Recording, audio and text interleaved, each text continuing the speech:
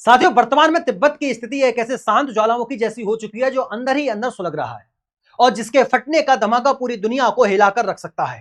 हाल ही में न्यूयॉर्क में संयुक्त राष्ट्र मुख्यालय के बाहर एक 52 वर्षीय तिब्बती कार्यकर्ता लोबसांग दोरजी द्वारा चीन के दमन और अत्याचारों के खिलाफ खुद को आग लगाकर आत्मदाह करना इस बात का सीधा प्रमाण है कि यह दर्दनाक घटना यह साबित करती है कि चीनी हुकूमत के जुल्म के खिलाफ तिब्बतियों का आक्रोश और हताशा अब किस चरम स्तर पर पहुंच चुकी है। सोचिए, एक तरफ चीन तिब्बत की सीमा के भीतर उसकी सदियों पुरानी अनूठी भाषा, समृद्ध बौद्ध संस्कृति और उनकी मूल पहचान को पूरी तरह मिटाने के लिए एक सुनियोजित सांस्कृतिक नरसंहार चला रहा है, तो दूसरी तरफ दुनिया भर में बिखरे और निर्वासित तिब्बती अपनी मातृभूमि की आजादी और बुनियादी मानवाधिकारों की रक्षा के लिए अपनी जान की बाजी लगा रहे हैं। यह सिर्फ दो देशों या विचारधाराओं के बीच जमीन का कोई साधारण टुकड़ा हथियाना का विवाद नहीं है, बल्कि यह एक महान शांतिप्रिय और प्राचीन सभ्यता को पूरी तरह से विलुप्त होने से बचाने की आखिरी ऐतिहासिक लड़ाई है। यह खबर पूरी दुनिया में आग की तरह फैल चुकी है कि कैसे संयुक्त राष्ट्र कार्यालय के ठीक बाहर एक शख्स ने बौद्ध भिक्षु के भेष में आकर खुद को अग्नि के हवाले कर दिया। साथियों, घटनास्थल से जो पर्चे बरामद हुए उन पर साफ तौर पर लिखा था कि चीन तुरंत तिब्बत को खाली करे और वहां से बाहर निकले। हैरान करने वाली और बेहद दुखद बात यह है कि यह कोई पहली या इकलौती घटना नहीं है। साल 2009 से लेकर आज तक 160 से अधिक तिब्बती चीनी दमन के विरोध में और दलाई लामा की वापसी की मांग करते हुए आत्मदाह कर चुके हैं। साल 2014 के बाद से चीन ने तिब्बत के भीतर सुरक्षा व्यवस्था को बेहद कड़ा कर दिया था, इंटरनेट और संचार पर अभूतपूर्व प्रतिबंध लगा दिए थे और पूरे क्षेत्र को एक खुली जेल में तब्दील कर दिया था। इन तमाम कड़े पहरों, संगीनों और डिजिटल निगरानी के बावजूद आत्मदाह का यह सिलसिला नहीं थमा, चलता रहा। इसका सीधा मतलब यह है कि तिब्बत की आजादी की मांग अब वहां की नई पीढ़ी और युवाओं के खून में गहराई से बस चुकी है। वहां का युवा आज सिर्फ एक ही बात कह रहा है, हमें हमारा स्वतंत्र और मुक्त तिब्बत वापस चाहिए। चीन तिब्बत के भीतर जिस तरह के नए और काले कानून थोप रहा है, उनका एकमात्र मकसद वहां के पारंपरिक ताने बाने को नष्ट करना है। संयुक्त राष्ट्र के बाहर दुनिया भर से आए तिब्बतियों का प्रदर्शन और आक्रोश देखकर आखिरकार वैश्विक संस्थाओं को भी इस पर ध्यान देना पड़ा है और अमेरिका जैसी महाशक्तियों ने भी इस पर कड़ा रुख अख्तियार किया है। साथ ही न्यूयॉर्क की इस हालिया घटना के बाद अमेरिकी विदेश मंत्रालय ने एक आधिकारिक और बेहद मजबूत बयान जारी किया, जिसमें तिब्बतियों की भाषाएं, धार्मिक और सांस्कृतिक अधिकारों का खुला समर्थन किया गया है। अमेरिका ने चीन पर सीधे तौर पर यह कूटनीतिक दबाव बनाया है कि वह बिना किसी पूर्व शर्त के तिब्बत के सर्वोच्च आध्यात्मिक नेता, परम पावन दलाई लामा और लोकतांत्रिक रूप से चुने गए तिब्बती नेतृत्व यानी सेंट्रल तिब्बतन एडमिनिस्ट्रेशन से सीधी और सार्थक बातचीत शुरू करें। इसके साथ ही अमेरिका ने Tibet policy and support act जैसा कड़ा कानून भी पारित किया, जो तिब्बतियों को अपने धार्मिक और आध्यात्मिक नेता खुद चुनने के संप्रभु अधिकार की पुरजोर वकालत करता है और बीजिंग के किसी भी अनुचित हस्तक्षेप को अवैध करार देता है। जैसे ही इस वैश्विक मंच से तिब्बत के पक्ष में आवाज उठी और कड़े कानून पारित हुए, वैसे ही चीनी हुकूमत की बौखलाहट और घबराहट पूरी दुनिया के सामने खुलकर आ गई। बीजिंग ने हमेशा की तरह इस पर बेहद तीखी, आक्रामक और नकारात्मक प्रतिक्रिया देते हुए इसे अपना पुनः आंतरिक मामला बताया है। चीन का यही पुराना और रटा रटैया रवैया भारत के प्रति भी रहता है। जब भी भारत सरकार या भारतीय समाज दलाई लामा के समर्थन में या तिब्बत में मानवाधिकारों के हनन पर कोई बात रखता है, तो चीन इसे आंतरिक मामलों में दखल अंदाजी का नाम दे देता है। लेकिन इसके बावजूद भारत अपनी नैतिक और ऐतिहासिक जिम्मेदारी से कभी पीछे नहीं हटा। भारत आज भी परम पावन दलाई लामा को अपने यहाँ पूरे सम्मान के साथ रखता है, उन्हें राजनीतिक शरण दिए हुए है और तिब्बती समुदाय को अपनी संस्कृति को जीवित रखने के लिए हर संभव लोकतांत्रिक मंच प्रदान करता है। चीन आज भी अपनी असुरक्षा और डर के कारण दलाई लामा को एक अलगाववादी और खतरनाक नेता करार देता है, जबकि पूरी दुनिया जानती है कि वे शांति, करुणा और अहिंसा के वैश्विक प्रतीक हैं। अगर हम तिब्बत के भीतर चल रही सांस्कृतिक नरसंहार की जमीनी हकीकत को समझें, तो दिल दहला देने वाली तस्वीरें और तथ्य सामने आ जाते हैं। चीनी सेना और प्रशासन वहां के आम नागरिकों पर 24 घंटे कड़ी निगरानी रखते हैं। हाल ही में चीन ने वहां एथनिक यूनिटी लॉ यानी जातीय एकता कानून जैसे नए और भ्रामक नियम लागू किए हैं, जिनका तिब्बती संगठन और अंतरराष्ट्रीय मानवाधिकार कार्यकर्ता लगातार पुरजोर विरोध कर रहे हैं। इन कानूनों की आड़ में चीन असल में तिब्बत का सिनीसाइजेशन यानी पूर्ण रूप से चीनीकरण कर रहा है। इसके तहत तिब्बती मूल के छोटे छोटे मासूम बच्चों को उनके माता पिता से जबरन अलग करके चीनी सरकारी बोर्डिंग स्कूलों में भेज रहा है। वहां उन्हें उनकी मातृभाषा बोलने से रोका जाता है, जबरन मंदारिन भाषा सिखाई जाती है और कम्युनिस्ट पार्टी की विचारधारा को उनके दिमाग में ठूसा जाता है। यह उनकी बौद्ध पहचान, उनके पारंपरिक संस्कारों और उनकी भाषाई विरासत को जड़ से उखाड़ फेंकने की एक बेहद क्रूर और गहरी साजिश है, ताकि आने वाली तिब्बती नस्लें अपनी असल पहचान को पूरी तरह भूल जाएं। इस पूरे संकट के बीच अब एक नया और गंभीर विवाद दलाई लामा के उत्तराधिकारी को लेकर भी खड़ा हो गया है। साथियों, 14वें दलाई लामा की उम्र अब 91 वर्ष हो चुकी है और उनकी बढ़ती उम्र के साथ ही बीजिंग ने एक और नया कुटिल कानून बना दिया है। चीन का दावा है कि अगला दलाई लामा उसकी कम्युनिस्ट पार्टी और बीजिंग की सरकार की मंजूरी और दिशा निर्देशों से ही चुना जाएगा। दूसरी तरफ दलाई लामा और वैश्विक तिब्बती समुदायों का रुख पूरी तरह स्पष्ट और अड़िग है।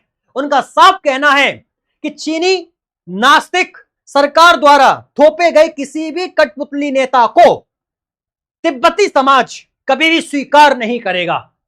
दलाई लामा का उत्तराधिकारी केवल और केवल सदियों पुरानी तिब्बती धार्मिक परंपराओं, आध्यात्मिक संकेतों और मान्यताओं से अनुसार किसी स्वतंत्र देश में ही चुना जाएगा, जिसकी पूरी संभावना भारत में है। चूंकि 1959 में चीनी आक्रमण के बाद दलाई लामा भारत आ गए थे और तब से हिमाचल प्रदेश के धर्मशाला ही तिब्बत की निर्वासित सरकार यानी सेंट्रल तिब्बतन एडमिनिस्ट्रेशन अपनी लोकतांत्रिक गतिविधियां संचालित कर रही है। इसलिए उत्तराधिकार का यह फैसला भी पूरी तरह स्वतंत्र माहौल में ही होगा। इस विवाद के ऐतिहासिक सच को खंगालना भी बेहद जरूरी है दोस्तों, ध्यान दीजिएगा, क्योंकि चीन इतिहास को तोड़ मरोड़कर पेश करने में माहिर है। चीन का यह दावा पूरी तरह झूठा और बेबुनियाद है कि तिब्बत हमेशा से उसका एक अभिन्न हिस्सा रहा है। इतिहास के दस्तावेज और संधियां यह साफ बताती हैं कि साल 1912 से लेकर 1950 के बीच तिब्बत व्यावहारिक और कानूनी रूप से पूरी तरह से एक स्वतंत्र राष्ट्र था। उस दौर में तिब्बत के पास अपनी खुद की संप्रभु सरकार थी, अपनी अलग मुद्रा थी, अपनी अलग सेना थी, अपनी अलग ध्वज था और यहां तक कि उनके नागरिकों के पास अंतरराष्ट्रीय यात्राओं के लिए अपना खुद का पासपोर्ट भी था। साल 1914 में हुए ऐतिहासिक शिमला समझौते को याद किया जाए, जो ब्रिटिश भारत और तिब्बत के प्रतिनिधियों के बीच हुआ था, जिसमें दोनों पक्षों की आपसी सहमति से मैकमोहन रेखा को आधिकारिक सीमा माना गया था। तिब्बत ने इस अंतरराष्ट्रीय समझौते पर एक स्वतंत्र और संप्रभु राष्ट्र के रूप में अपने हस्ताक्षर किए थे, जो इस बात का सबसे बड़ा सबूत है कि उसका वजूद चीन से अलग था। लेकिन साल 1950 में तिब्बत के इतिहास में एक काला अध्याय शुरू हुआ, जब माओ त्से-तुंग के नेतृत्व वाली पीपल्स लिबराइजेशन आर्मी ने तिब्बत की शांति प्रिय धरती पर अचानक बर्बर सैन्य हमला कर दिया। बंदूकों की नोक पर डरा धमकाकर जबरन तिब्बती नेताओं से 17 सूत्री समझौता कराया गया, जिसने तिब्बत की स्वायत्तता को धीरे धीरे लीर लिया, मतलब खत्म कर दिया। जब चीनी सेना ने दलाई लामा को पूरी तरह अपने नियंत्रण में लेने और उन्हें गिरफ्तार करने की गुप्त कोशिश की, तो 1959 में लहासा की सड़कों पर आम तिब्बतियों का भारी ऐतिहासिक विद्रोह रहा। स्थिति को भांपते हुए और अपनी सभ्यता को जीवित रखने के उद्देश्य से दलाई लामा को अपने हजारों अनुयायियों के साथ रात के अंधेरे में हिमालय के दुर्गम रास्ते से होते हुए भारत में शरण लेनी पड़ी। चीनी सेना की गाड़ियों का काफिला जब जबरन लहासा में दाखिल हो रहा था, तो वह तिब्बत की स्वतंत्रता का अंत और एक लंबे दमनकारी औपनिवेशिक दौर की शुरुआत थी। इस पूरे घटनाक्रम में भारत की रणनीतिक भूलों और कूटनीतिक संतुलन की चर्चा करना भी अनिवार्य है। भारत की तिब्बत नीति हमेशा ही कूटनीतिक दुविधाओं और आदर्शवाद की शिकार रही है। साल 1954 में तत्कालीन प्रधानमंत्री जवाहरलाल नेहरू ने चीन के साथ मधुर संबंध बनाने और हिंदी चीनी भाई भाई के नारे को सच करने के भ्रम में तिब्बत पर चीन के अवैध नियंत्रण को औपचारिक रूप से स्वीकार कर लिया। इसके तहत भारत ने तिब्बत के भीतर मिले अपने उन तमाम पुराने व्यापारिक, डाक और सैन्य अधिकार को पूरी तरह छोड़ दिया जो उसे ब्रिटिश काल से विरासत में मिले थे। इतिहासकार और रक्षा विशेषज्ञ इसे आधुनिक भारत की सबसे बड़ी और आत्मघाती रणनीतिक भूलों में से एक मानते हैं। इसके बाद साल 2003 में तत्कालीन प्रधानमंत्री अटल बिहारी वाजपेयी की चीन यात्रा के दौरान भारत ने पहली बार एक आधिकारिक लिखित दस्तावेज में स्पष्ट रूप से यह स्वीकार कर लिया था कि तिब्बत स्वायत्त क्षेत्र पीपल्स रिपब्लिक ऑफ चाइना के भूभाग का एक हिस्सा है। इसके बदले में चीन ने सिक्किम को भारत के हिस्से के रूप में मान्यता तो दे दी, लेकिन उसकी विस्तारवाद भूख कभी शांत नहीं हुई। भारत आज भी आधिकारिक तौर पर वन चाइना पॉलिसी का सम्मान करने की कूटनीतिक मजबूरी दिखाता है ताकि उत्तरी सीमाओं पर सीधे युद्ध की स्थिति पैदा ना हो। लेकिन जमीनी स्तर पर भारत ने कभी भी तिब्बतियों का साथ नहीं छोड़ा है। भारत हमेशा दलाई लामा, तिब्बती संस्कृति, बौद्ध दर्शन और उनके लोकतांत्रिक अधिकारों के साथ पूरी मजबूती और चट्टान की तरह खड़ा रहा है। हाल के वर्षों में भारत ने अपनी नीति में थोड़ा कड़ा बदलाव किया है। जब भी चीन वास्तविक नियंत्रण रेखा पर भारत को उकसाने या घुसपैठ करने की कोशिश करता है तो भारत खुलकर दलाई लामा के जन्मदिन पर प्रधानमंत्री द्वारा बधाई देने जैसे साहसिक कदम उठाकर बीजिंग को अपनी सख्त नाराजगी और कूटनीतिक संदेश दे देता है। भारत अब वैश्विक मंचों पर और अपने घरेलू नैतिकगत विमर्श में तिब्बत के मुद्दे को अधिक मुखरता और आक्रामकता से उठाने लगा है, जिससे चीन के भीतर हमेशा एक खौफ और बेचैनी बनी रहती है। चीन आखिर तिब्बत को किसी भी कीमत पर क्यों नहीं छोड़ना चाहता और क्यों वहां अपनी पूरी सैन्य ताकत झोंके हुए है? इसके पीछे बेहद महत्वपूर्ण भौगोलिक, रणनीतिक और आर्थिक कारण है। सबसे पहला कारण है कि एक बफर स्टेट का हमेशा के लिए खत्म हो जाना। इतिहास में भारत और चीन के बीच तिब्बत एक विशाल, शांत और प्राकृतिक बफर स्टेट की भूमिका निभाता था, जिससे दोनों देशों की सेनाएं कभी आमने सामने नहीं आती थी और सीमा विवाद का कोई वजूद ही नहीं था। लेकिन जैसे ही चीन ने तिब्बत को निगला, उसकी सीमाएं सीधे भारत के लद्दाख, हिमाचल प्रदेश, उत्तराखंड, सिक्किम और अरुणाचल प्रदेश से आकर टकरा गईं।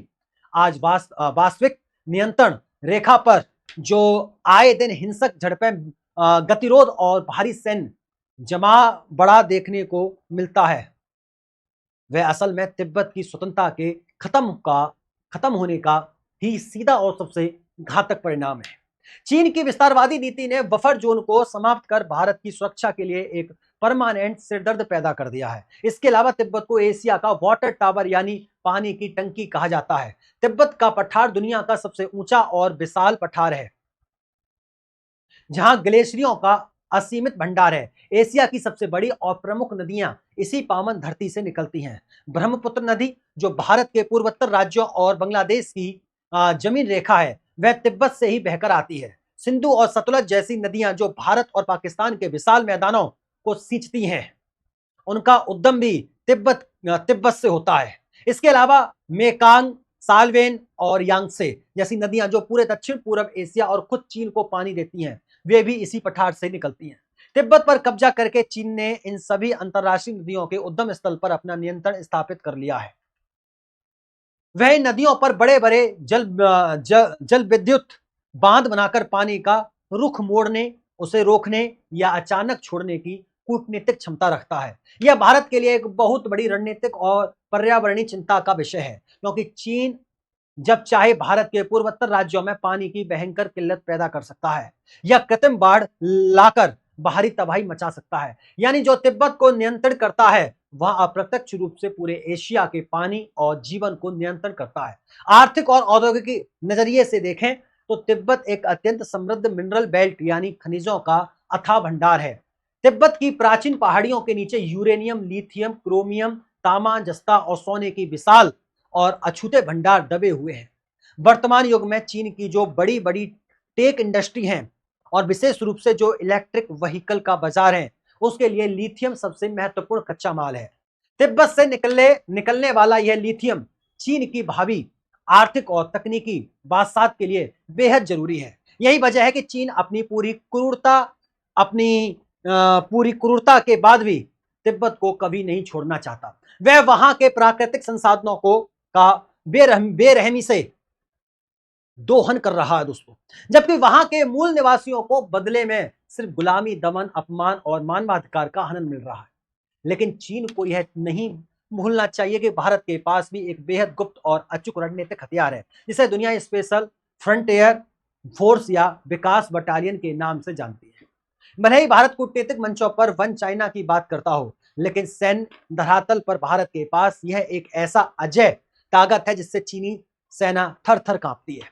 साल 1962 के युद्ध के तुरंत बाद भारत सरकार ने तिब्बत के जांबाज और युद्ध कला में माहिर युवाओं को मिलाकर इस विशेष गुप्त सैन्य बल का गठन किया था। यह फोर्स सीधे भारत के कैबिनेट सचिवालय और खुफिया एजेंसी रॉ के प्रति जवाबदेह होती है। इनका पराक्रम पूरी दुनिया ने साल 2020 के पूर्वी लद्दाख गतिरोध के दौरान देखा, जब पंगोंग त्यो झील के दक्षिणी किनारे पर चीनी सेना चालबाजी करने की कोशिश कर रही थी।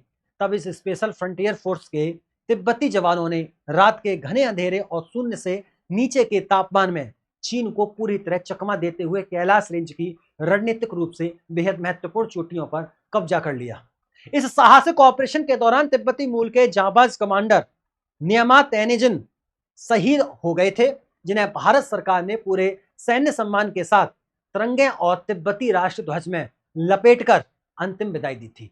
यह चीन के लिए भारत का एक सीधा और बेहद कड़ा संदेश था कि तिब्बती युवा अपनी मातृभूमि और अपने रक्षक भारत के लिए किसी भी हद तक जा सकते हैं। इस पूरे घटनाक्रम और इतिहास का कुल मिलाकर यही निष्कर्ष निकलता है कि भारत आज भी तिब्बत के सांस्कृतिक, धार्मिक और नैतिक अस्तित्व का सबसे बड़ा और एकमात्र रक्षक है। भू राजनैतिक मजबूरियों और वैश्विक संधियों के कारण भारत शायद खुलकर तिब्बत की पूर्ण आजादी की वकालत न कर पाता हो, लेकिन रणनीतिक रूप से भारत के नीति नियंता यह अच्छी तरह जानते हैं कि चीनी